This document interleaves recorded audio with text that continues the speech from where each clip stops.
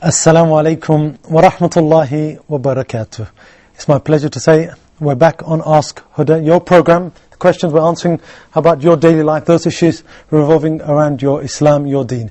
I'm Jamil Rashid, your host. I'm happy to welcome back today Sheikh Muhammad Salah. Assalamu alaikum wa rahmatullahi wa barakatuh, Sheikh. Wa alaikum assalam wa rahmatullahi wa barakatuh, and welcome back as well. Jazakallah khair, Sheikh. Well, as you can see, I've changed slightly. I've had the privilege by Allah subhanahu wa ta'ala to go and make this year's Hajj. We ask that Allah subhanahu wa ta'ala accepts all our deeds and yours to all the brothers and sisters who went and all those who stayed back too. Let me remind you of our telephone numbers very briefly. Country code is 202, then it's 38555 248 or 249. Our email address, of course, is ask@huda.tv.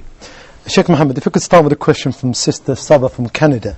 She had several questions, but the one we'd like to start with is about zakah. She wanted to know, can she pay her zakah to her own parents, Sheikh?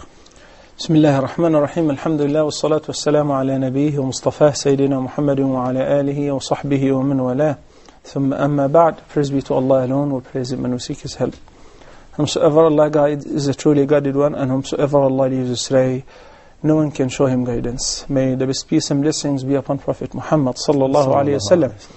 It's not permissible for the child to pay the zakah, his due zakah, which is supposed to be paid to the poor, to somebody who is responsibility of the financial support is laid upon him or upon his shoulders. So basically, it's not permissible for the husband to pay the zakah to his wife nor to his children, nor is it allowed for the children to pay the zakah to their parents. Unless if the sister does not have any possessions, and basically she will get the money from her husband who has some due zakah, and instead of paying the zakah to strangers or people who are not family members or not related, she's allowed to pay the zakah of her husband's wealth to her parents. In this case, that's permissible. But if she's wealthy enough to support her parents, then she must support them out of her wealth, not from the zakah fund. Jazakallah khair. Okay, the next question. The sister wanted to know, what's the difference between Ishraq and Duha, this time period, Sheikh?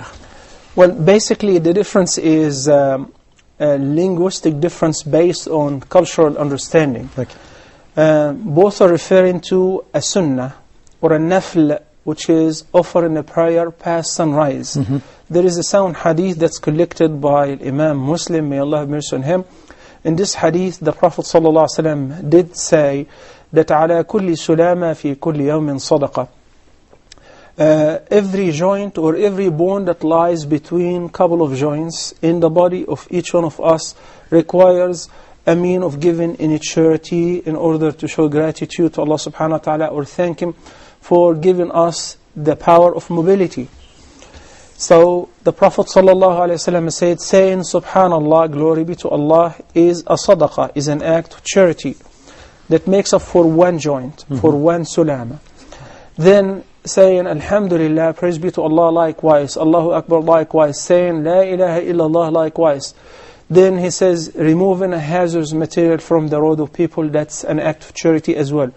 Then we're talking about fulfilling 360 sadaqahs every morning. The Prophet ﷺ gave us a very comprehensive act that if we do it, it will take care of paying the due thanks and gratitude and sadaqah to Allah subhanahu wa ta'ala for the blessings of the sulama. The Prophet ﷺ said, it will suffice you to offer rak'atayni min al-duha, 2 rak'ahs after sunrise.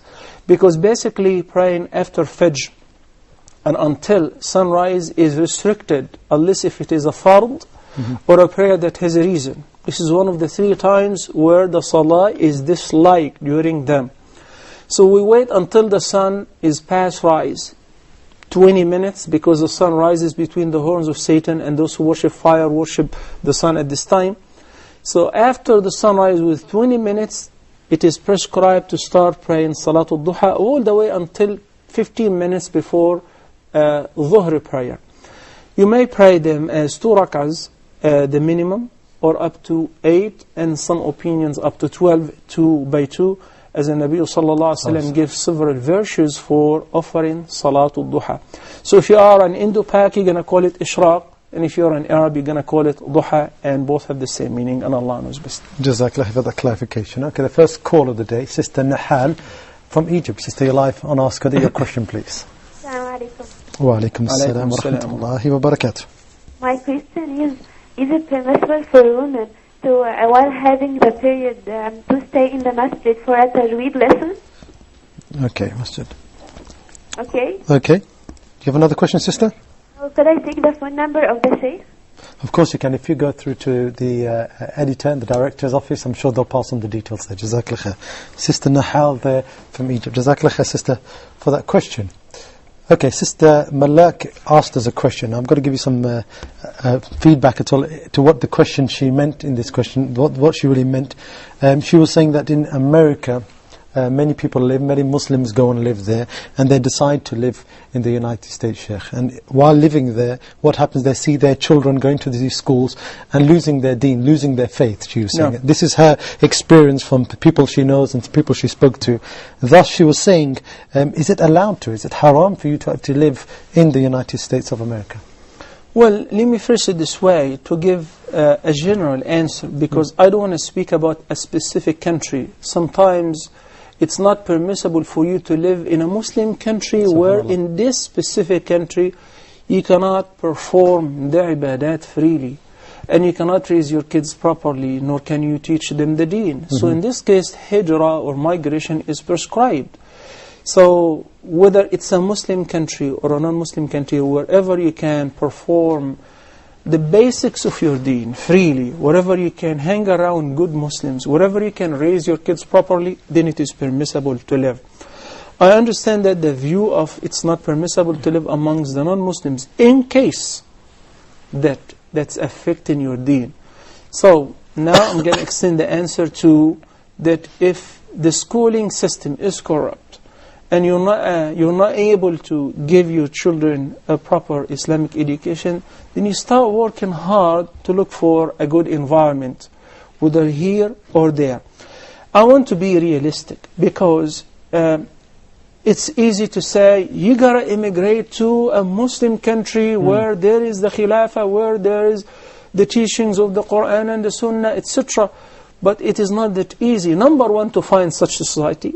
Number two, even if it exists, let me say that if I'm an American and I want to live in Saudi Arabia and I want to raise my kids in Medina, the city of the Prophet ﷺ, or in Mecca, is it that easy? Can I just decide to move on and bring all my family and say I'm going to reside here? Obviously not. There are some logistics and visas and residency. It's a very complicated process.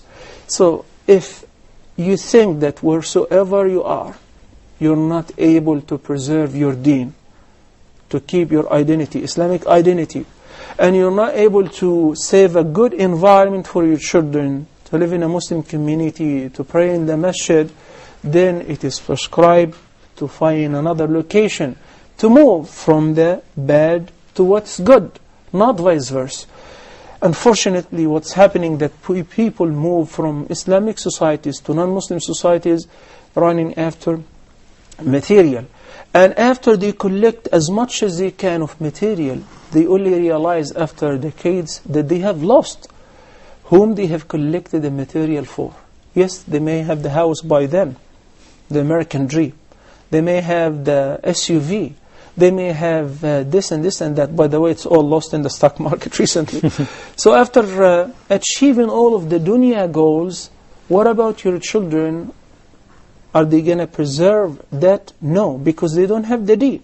But if you can maintain both, that's perfectly fine. I know many Muslim families in the West who manage to protect themselves, their religious practices, to preserve their identities, but they're very few, by the way. So the struggle is much greater, of course, if you're living amongst non-Muslims. But the determining factor is, where are you right now? Are you surrounded with Muslims in a Muslim community where there is an Islamic center? Available activities, not just for offering the prayers and making khatma and finishing reading the Quran so we can make a Bismillah party, then Ameen party and celebrate that. No, the deen is much deeper than that. The deen is your daily practices. How do you deal with people? Not only how do you deal with Allah. How do you deal in public? Not only in private. So if you can maintain the religious commitment in any society, then nowadays, I'm saying it is permissible to stay where you are. But if you can't, then you start looking seriously for moving to another society where you assume that is going to protect your children. And while you're planning to move to that society, what should your attitude be? Because many people do email and say, well, you know, I've been waiting for 5 years to leave the society, I'm meant to move to a better society, but they haven't progressed in those 5 years. They're still in the same situation. Unfortunately, also some people make immature decisions. They hear a sheikh here or there, or maybe they will tune in to this program right now, and they will hear half of the message. And they say, this sheikh who looks very pious maybe, said that it's haram to live in this society, you gotta leave. So they pack up and they leave to where? Do not be surprised. I got some people phoning me from the airport, said, Sheikh, we've moved to where? And we don't have any place to stay in. And who's going to accommodate you? Who's going to host you? They don't have any financial support. They have no plans. This is immature. Allah subhanahu wa ta'ala said even on a battlefield, وَأَعِدُّوا لَهُمْ مَا اسْتَطَعْتُمْ. We are an organized and disciplined ummah. We have to prepare for everything in advance and ahead of time. And Allah subhanahu wa ta'ala did not say you must accomplish your goal. Rather He said, فَاتَّقُوا اللَّهَ مَا اسْتَطَعْتُمْ. And He also said, وَأَعِدُّوا لَهُمْ مَا اسْتَطَعْتُمْ. Prepare as much as you can. Show you're sincere in your intention. أصدق الله يصدق. Fear Allah and keep your duty to Allah as much as you can. But what if you fail? In the story of the person who murdered 100 people, and then when he was directed to a scholar and he asked him about the way of tawbah, and he gave him the glad tidings that Allah subhanahu wa ta'ala is the oft forgiving, the most merciful, he advised him that you have to move from the society which helped you to achieve sins and commit bad deeds and evil deeds to a good society, to a good neighborhood. He started moving. He died on the way. He was rewarded according to his intention, even though he did not accomplish his goal of moving to the new society. But he was dealt with according to his intention, according to the effort, the serious steps that he has taken in order to accomplish his goal. Okay, Jazakallah khair for that, Sheikh. Okay, we had a question from Sister Saba. She was speaking about her 9-year-old daughter. I'm sure you remember, it's quite a moving telephone call. She said that for many years she's been trying to get her daughter to eat properly. She's not been eating, and recently she didn't eat for a couple of days. She wants to know your advice. How do I go about making her eat, and what's the situation, Sheikh? This is indeed a very strange case and very weird condition. Of course, I would advise you to visit more than one physician, several physicians, even a council of specialists. As far as what you asked, that you write on the plate, Bismillah ar-Rahman ar-Rahim with your finger, we don't have any reference to that, but we have references that prior to eating you should mention the name of Allah subhanahu wa ta'ala. This is a supplication that is prescribed. And give her ruqya and ask Allah subhanahu wa ta'ala in your prayer. I did ask Allah subhanahu wa ta'ala to cure her. May Allah give her shifa. Ameen, and I really encourage the viewers to join me saying Ameen, to give shifa and cure, immediate cure to Sister Saba's daughter. Ameen. Jazakallah khair. Okay, the next call now, we have Mrs. Khan from Qatar. Sister, you're live on Ask Her your question, please. Assalamu alaikum. Wa alaikum assalam wa rahmatullahi wa barakatuh. I wanted to ask the exact way of praying witr in the Isha prayers, because I've been told something else, and now I've come to know that this is not the right way. So can you please explain it to me? Thank you very much. Okay. Jazakallah khair. Sister, Jazakallah khair there from Sister all the way from Qatar. Jazakallah for the call, Sister. Okay, we've got a question here, Sheikh, from the brother Abdul Rauf from the Kingdom of Saudi Arabia. It's just after Hajj, so it's a very pertinent kind of question. He said he had a friend of his who wanted to perform Hajj tamattu, which will, of course, means that him doing Umrah and then having a gap and then going into the state of Ihram for Hajj itself. But he never did that. He never had the time to. He said he did Umrah and straight away he moved on to Mina to perform Hajj. No.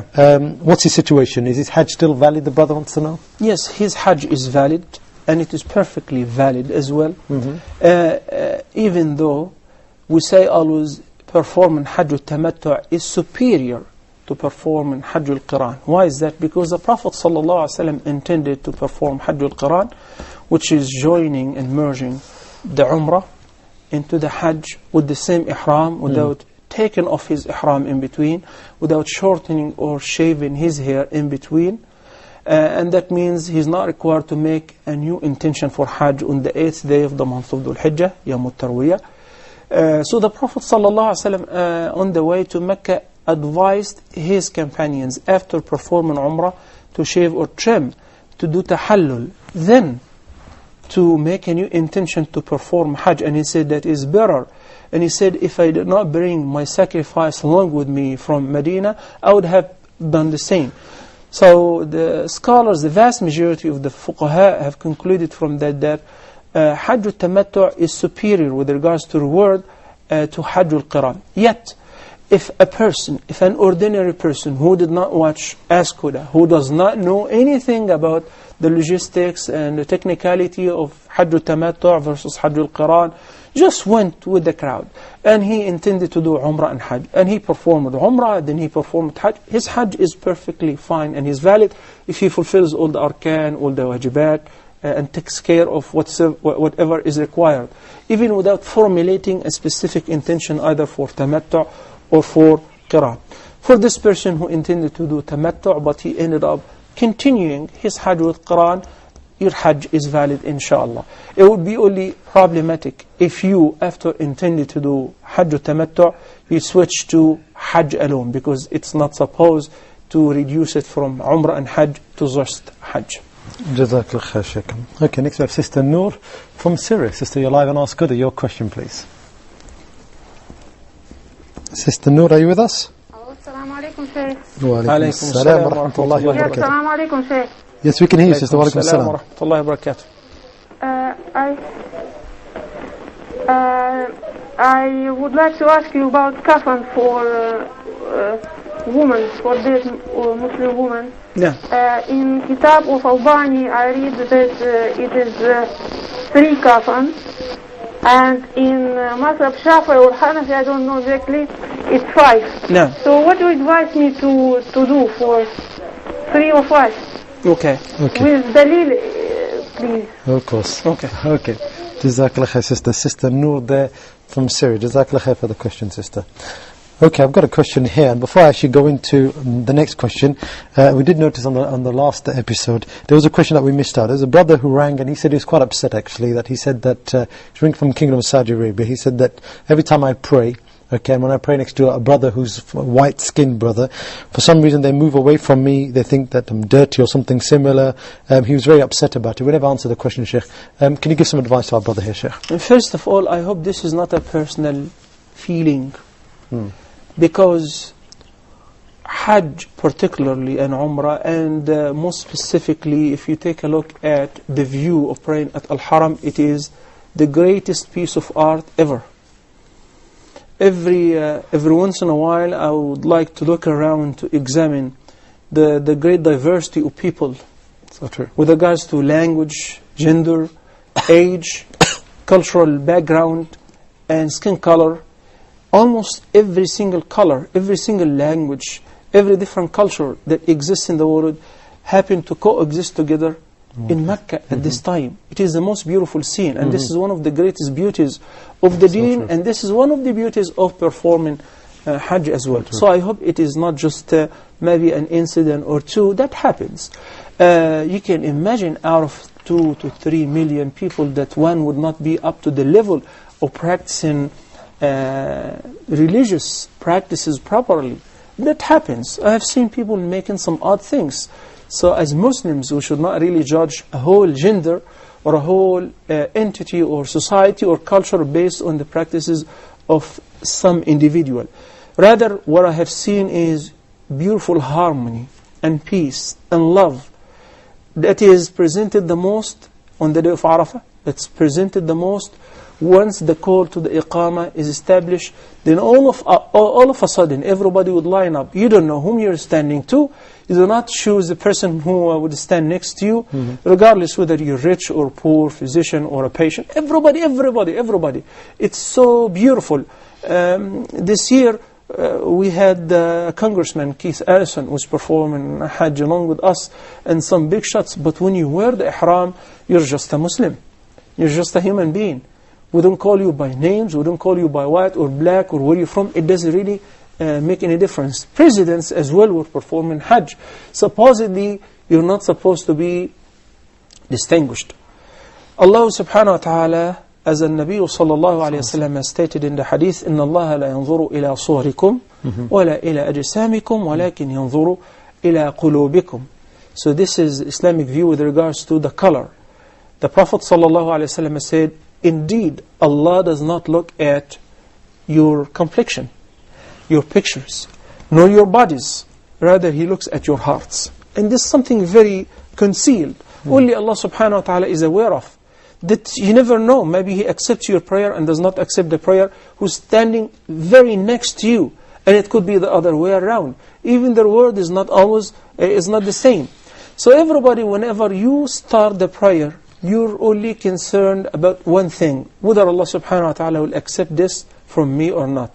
And when we stand the prayer and line up that foot should be next to foot and shoulder next to shoulder, that represents the unity that the Prophet sallallahu alaihi wasallam called the ummah for in more than one place. Jazakallah khair, Sheikh.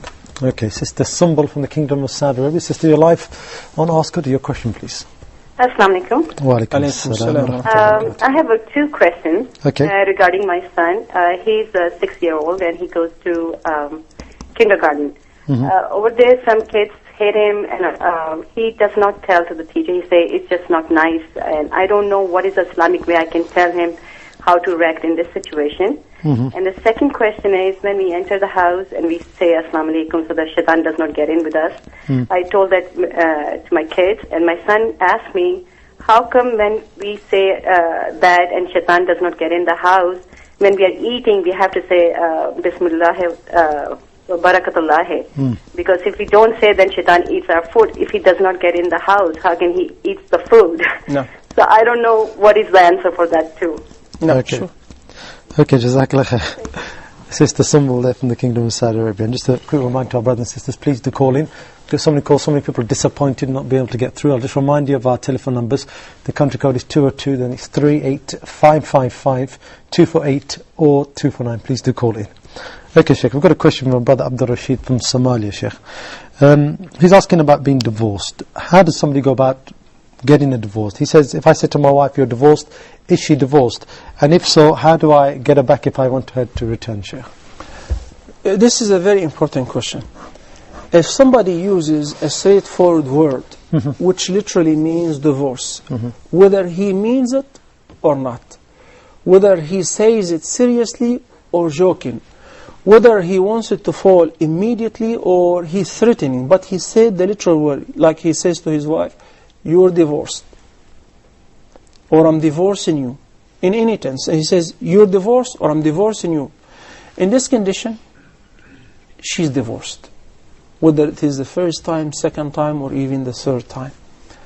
But if he says what we call it a kinaya, a figure of speech, a word which does mean divorce but with intention, like when he says, as in Arabic, go to your family. Go to your family could be go to visit them, or go hang around with them, or go spend some time with them. But if he says go to your family, and he means that I don't want you anymore, and his intention is to divorce her, then she's divorced. So we have two conditions. If the husband uses a straightforward word, which literally means divorce, which we call it lafzun sarih, then she's divorced immediately, whether he means it or not, seriously or joking. But if he uses a kinaya, or a word that expresses about divorce, but it could mean something else, then in this condition it will depend on his intention. So if he says, yeah, I actually meant to tell her that go to your family because I don't want you anymore, you're divorced. He did not say you're divorced, but this word itself, along with his intention, becomes a valid divorce. But if he says, I did not really mean it, I meant, go spend some time, go change, in this condition, it is not a divorce. Now, whether this or that, if he says it straightforward, or kinaya with an intention to divorce her, if it is the first or the second time, how can he go about reversing this word and divorcing her? The Quran says, الطلاق مرتان. Divorce in Islam is only twice. فإمساك بمعروف أو تسريح بإحسان. Many Muslims, even educated people, when you ask them how many times the person is allowed to divorce his wife in Islam, they say 3 times, which is not true. The Quran says otherwise. The Quran says الطلاق مرتان, because after the first and the second time, the husband has still the power of reversing that word. And that can be accomplished according to the different madhahib as follows: by phoning her, or telling her verbally, or facing her, or writing her a letter, I'm returning you. Or before a couple of men saying that I have reversed my word and I'm returning my wife. That's why we call the first and the second divorce talaqun raj'i. It is reversible. Because she is still a wife. And that's why the Quran says لا تخرجوهن من بيوتهن. You should not kick them out of their houses, even though she is divorced. But hey, that is the first and the second. It's reversible. So Allah subhanahu wa ta'ala wants her, even after she is divorced, to stay in the same house with her husband, who just divorced her. For how long? For the iddah period, which is 3 periods, or 3 months for those who do not experience the period anymore. 3 months. In the 3 months, the Prophet ﷺ advises the woman to adorn herself and to deal kindly with her divorcee, with the person, with her husband who divorced her, because she's still count as a wife, and maybe being there before him while adorning herself and dealing with him nicely. This is an open channel to reconcile, even without the need of an external mediator. So after the second time, if he divorces her again, then she becomes totally unlawful for him under any circumstances, unless, as the Quran says, حَتَّى تَنْكِحَ زَوْجًا غَيْرَهُ. Unless after the iddah is over, she gets married to somebody else, not an arranged marriage to solve this misery. No, an ordinary marriage, a marriage to be continued, not a periodical marriage. Then if the next husband divorces her and the iddah is over and he does not reverse her and she's free, in this condition, if they desire to remarry again, I'm talking about the first husband and this woman, in this condition that would require a new contract with new dowry and new witnesses, new ceremony, new marriage ceremony. Jazakallah khair, Sheikh. Okay, we have Sister Aisha from the United Arab Emirates. Sister, you're live and ask her your questions, please. Assalamu alaikum. Wa alaikum assalam wa rahmatullahi wa barakatuh. Sheikh, Allah blessed us with a baby girl recently. MashaAllah. May Allah bless you and her. Now she is 16 days old. MashaAllah. So I had given her akika on 7th day. I didn't shave her head, as I heard Sheikh saying it is not necessary to shave the girl's head. No. And after a detailed inquiry regarding this, even with the local imam, I was told the same thing. But my husband and in-laws are insisting to shave the head. So maybe, inshallah, on 21st, or we might be shaving. But as I'm sure and I'm now convinced that it is not necessary to shave the head, and if I'm doing it, and if I'm shaving her head, what should I do actually? Okay. Is it, if I'm convinced now, should I follow it, or can I fluctuate in my options? Okay. Yes, sir. Barakallah fiqh. Sister Aisha there from the United Arab Emirates. Okay, next, Brother Muhammad from Egypt. Brother, you're live and ask her your question, please. Brother Muhammad, are you there? Assalamu alaikum. Wa alaikum assalam wa rahmatullahi wa barakatuh. Welcome back, and may Allah accept your Hajj. Ameen ya Rabbi. Jazakumullah khair. Could I ask Sheikh Muhammad, please? Of course, carry on. I have a non-Muslim colleague in my work, and I help to convince her to embrace the Islam. What the books you recommend me to get her, and what also where these books being sold? Thank you very much. Jazakumullah. Barakallah fiqh, Akh Muhammad. Jazakallah khair for that telephone call. Okay, we're going to take a short break with that call and inshallah return in a couple of minutes. Please do stay with us. Assalamu alaikum wa rahmatullahi wa barakatuh.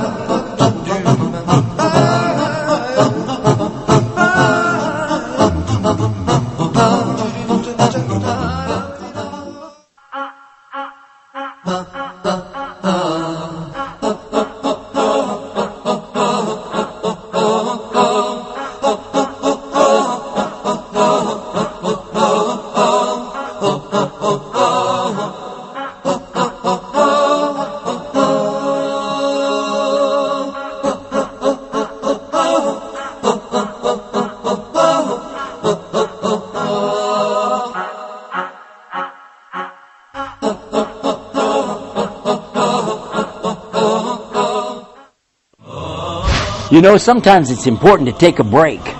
We need to take a break. Take a break from what? From the everyday things to look at what we're really doing as Muslims. That's why we said we really need to have this program for you and for me to take a break right here on Huda TV.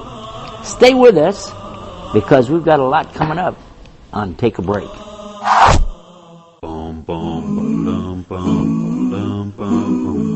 And if you look into the early tafsir, early exegesis of the Quran, you will find that all the mufassirin were trying to find out where are the seven earths. Earthquakes, natural or artificial, can delineate the boundaries between seven different zones within the earth. The conclusion that we have 7 different layers within the earth came to not only the 20th century. The true believer would prostrate down in obedience to Allah subhanahu wa ta'ala. The blessings of that prostration will reach the 7th earth.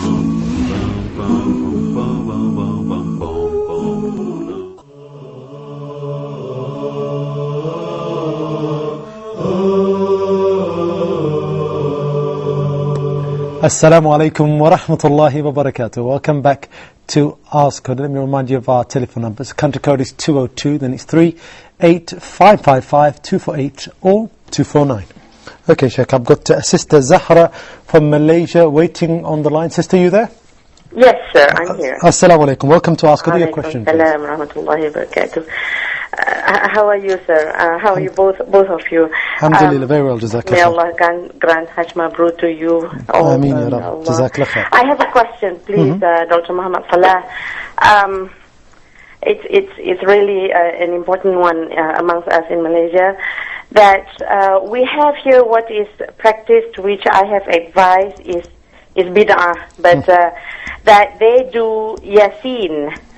This is like Quran classes, but they would read Yasin like a certain number, and it's also practicing Tahleel, where they read 100 times of this and 100 times of that, and it is rampantly, it is practiced on a big scale in Malaysia. I have tried advising, and yesterday I was given this concept of Bid'ah Hasan. I could not explain to her regarding this, sir. So if you can explain over the TV, they are listening to you right now. Inshallah. Jazakallah khairan. Barakallah fikum. May Allah bless you. Ameen. Jazakallah, Sister Zahra, for that question. Sheikh, regarding this Bid'ah Hasana, inshallah, can you quickly give us an explanation? Bid'ah Hasana, good Bid'ah, does it exist, Sheikh? Well, let me answer first the part which is most important concerning innovating anything in the deen of Allah subhanahu wa ta'ala. Yes. We all understand that the dhikr occupies the highest place and the highest position in this deen. Post performing Hajj, during performing Hajj, in the Salah, يا أيها الذين آمنوا اذكروا الله ذكرا كثيرا وسبحوه بكرة وأصيلا. O you who believe, remember Allah much and praise Him and glorify Him in the morning and in the afternoon, in the evening, every time. And when a man came to the Prophet ﷺ and said, Ya Rasulullah, inna shara'i ad-dini qad kathurat. There are too many commands of the deen, do's and do not do. Would you advise me with a very comprehensive act? The Prophet ﷺ said, لا يزال لسانك رطبا بذكر الله. Always keep your tongue moving with the remembrance of Allah subhanahu wa ta'ala. Then the Prophet ﷺ prescribed certain adhkar to be recited during certain times and in certain numbers. For instance, he said, whosoever says in the morning and in the evening, Subhanallah wa bihamdih, Subhanallah al-Azim, 100 times, no one shall come on the Day of Judgment with better deeds than him, except somebody who did like him or exceeded the number. So in this condition, the Prophet ﷺ prescribed the minimum is to say 100 times, and you can say more. Then determining any higher number requires a reference. There are some people who are very allergic, some Sufis are very allergic to reference. Once you say reference, it's like, you electrified them. I'm saying reference from the Quran and the Sunnah. I'm not saying reference from the US Constitution. I'm saying reference from what we believe in, from the Quran or the Sunnah. No. You can't say that because it's something good. Normally, in any condition like that, I like to go back and recall a very important incident. and that would deal with the al-bid'ah al-hasana, etc. Some people use the reference al-bid'ah al-hasana as it is mentioned by Shafi'i and others, may Allah have mercy on him. That's, for instance, Umar ibn Khattab, may Allah be pleased with him, gathered the people to pray Salatul Taraweeh after Ubay ibn Ka'b, because he has a beautiful recitation. I need to clarify a couple of things. Number one, the first is when the Prophet ﷺ said there will be trials and fitan after me, and the Sahaba said, Ya Rasulullah, it seems like this is a farewell speech, advise us. So the Prophet ﷺ said, adhere to the Quran and to my Sunnah and the Sunnah of the rightly guided Khulafa after me.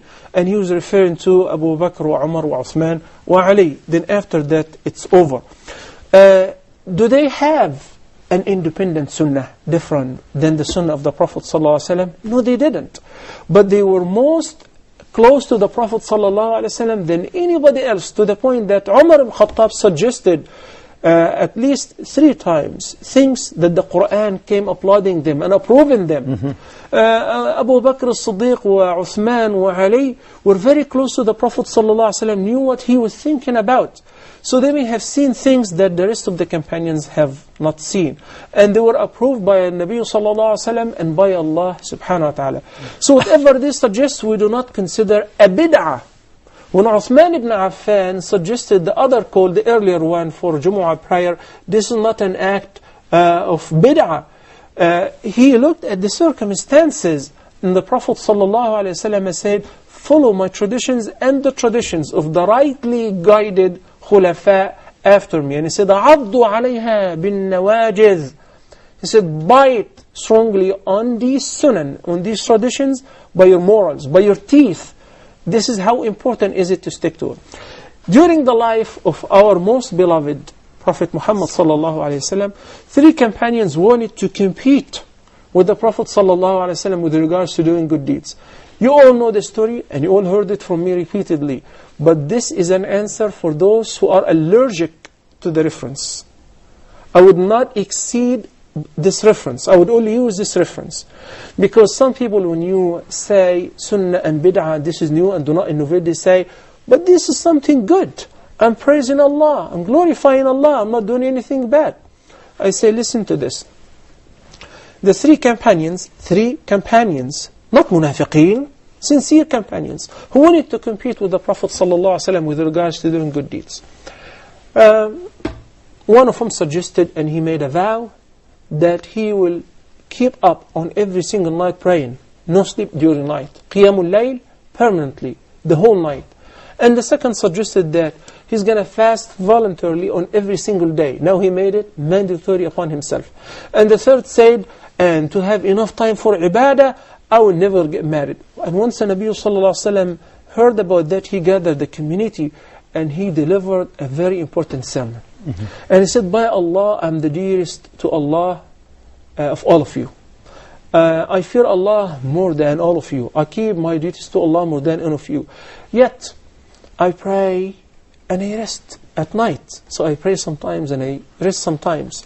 قُمِ اللَّيْلَ إِلَّا قَلِيلًا. And I fast and I break my fast. His fasting was on Mondays and Thursdays and 3 days of every month, Ashura on the 10th of Muharram and the day of Arafah, etc. But not even every other day. And I'm married. And listen to the very important, the most important remark said by the Prophet ﷺ in this regard. And that should be sufficient for everyone as a convincing reference. The Prophet ﷺ said, فَمَنْ رَغِبَ عَنْ سُنَّتِي فَلَيْسَ مِنِّي. SubhanAllah. This is my tradition. So whoever turns away from my tradition does not belong to me. And in the sound hadith of Aisha, the Prophet ﷺ said, follow and do not innovate.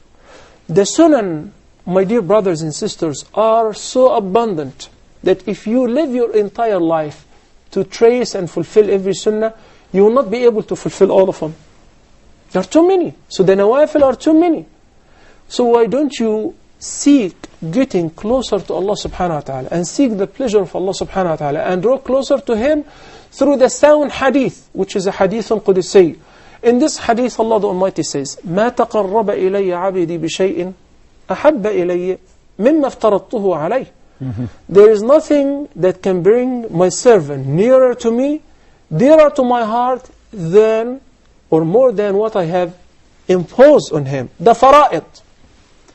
Then Allah the Almighty says in this sacred hadith, وَمَا يَزَالُ عَبِدِي يَتَقَرَّبُ إِلَيَّ, and my servant will continue to draw nearer to me. Through what? Through your own suggestions, through innovations, through competing with the Prophet ﷺ, doing things extra than what he did? No. He said, وَمَا يَزَالُ عَبِدِي يَتَقَرَّبُ إِلَيَّ بِالنَّوَافِلِ حَتَّى أُحِبُّ, and my servant will continue to draw near to me through offering and nawafil. There is a whole chapter in fiqh, a whole chapter in hadith, in the sound hadith called an-nawafil, the supererogatory and voluntary acts of worship. Each ibadah has its own fard and its related nawafil. Amongst that is a dhikr. There are some adhkar that the Prophet ﷺ prescribed. We stick to the number. But what about this? In different cultures, if you are from this culture and I'm from this culture, my shaykh or my peer suggested that you have to say Subhanallah instead of 100 times. He suggested that you say it 10,000 times. Then he gives you a virtue that if you manage to say it 100,000 times, Allah will give you that. I'm just asking you an innocent question. This is a simple request. Did the Prophet say that? Did Allah mention that anywhere, any corner in the book? No. I was sitting in the haram and I saw one brother from a specific culture. And that was really funny. He was holding two tasbih at the same time. One which is kind of short and one which is very long with very strange things in it. So he would use the right one to jump several beads. I don't know what he was saying. And after he jumps the whole tasbih, he turns to the left one and he counts as one, and so on. The deen is not that complicated. Our deen is much simpler than that. Subhanallah, on your finger joints. The Prophet ﷺ said, اعقدنا بالأنامل فإنهن مستنطقات. He was advising women by saying that, do the tasbih on your finger joints because they will come speaking out on the day of judgment. Because of the tasbih on them. And we said for those who would like to use the tasbih just in case as a reminder or whatever, it's okay. It is not haram. But to have more than 1 meter to count the tasbih and you don't know what you're saying here and what you're saying there, this is definitely an innovation that the Prophet ﷺ never prescribed. The numbers, and I sat with some people when I was so young, and they said that we have our own adhkar, our own awrad, that you have to say, and it was literally in tens of thousands. So the person is obliged to say numbers in thousands and in tens of thousands. Says who? And then you turn around and you use a term that does not fit there and say, Sunnah Hasana. Let me tell you what is the Sunnah Hasana.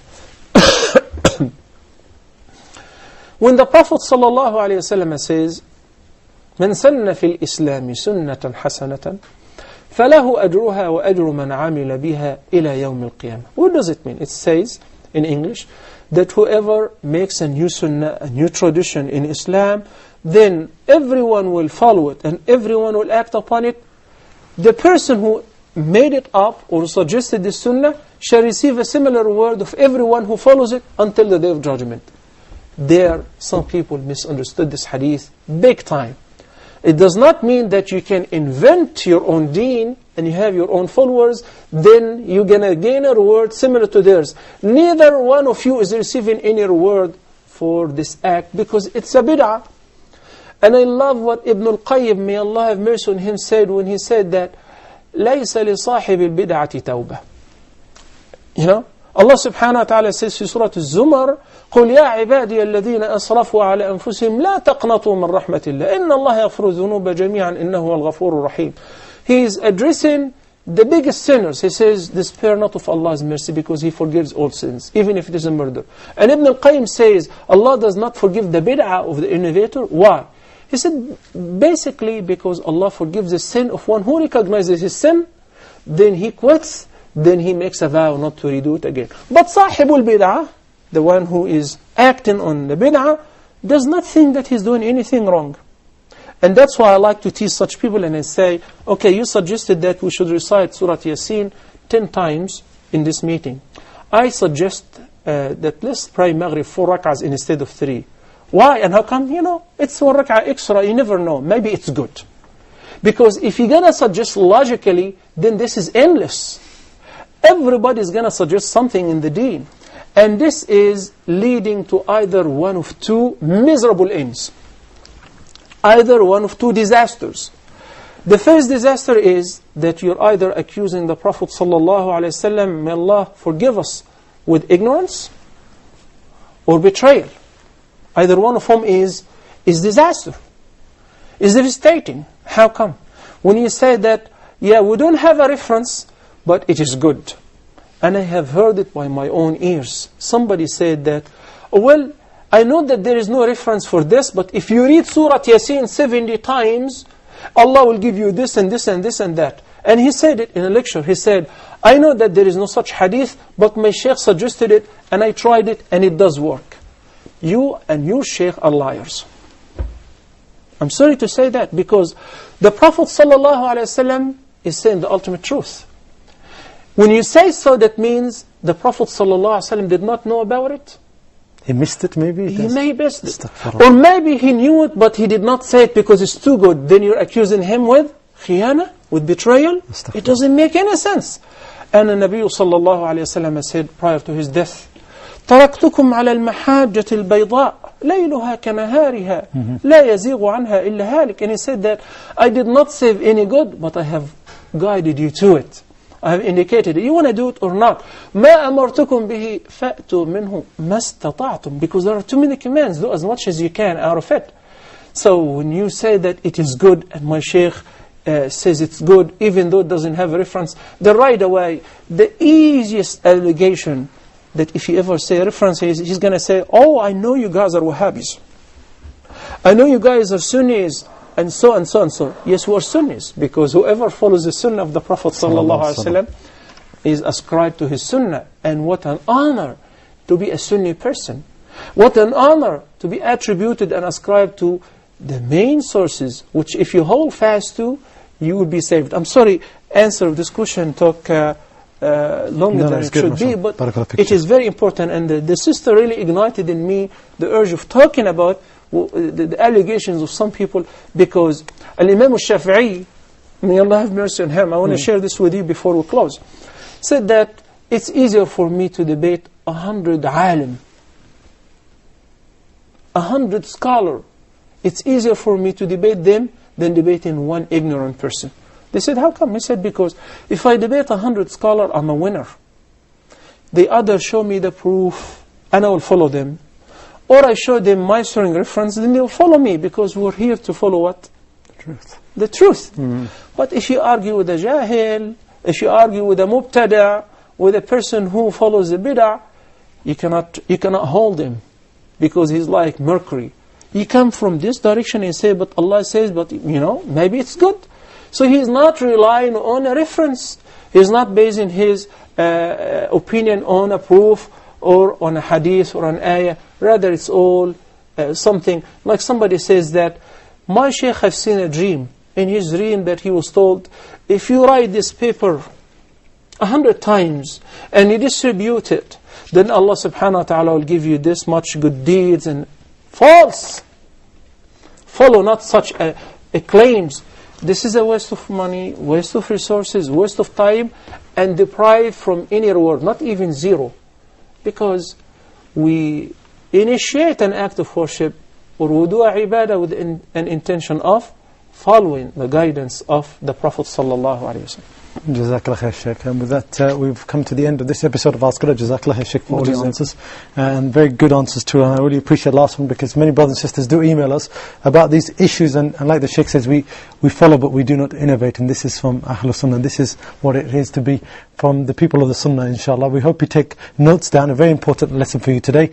If you've got an email or any questions, please email us at ask@huda.tv. Until next time, we both leave with Assalamu alaikum wa rahmatullahi wa barakatuh. If my love is attached to thee, then from sins I will be free. Each time my heart will beat, your name will resound with heat.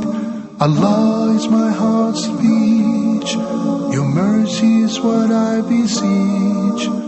Keep in my heart your remembrance, and in your deen allow me to advance. Help me in my quest, permit me to pass the ultimate test. Help me in my quest, permit me to pass the ultimate test. Help me in my quest, permit me to pass the ultimate test. Help me in my quest, permit me to pass the ultimate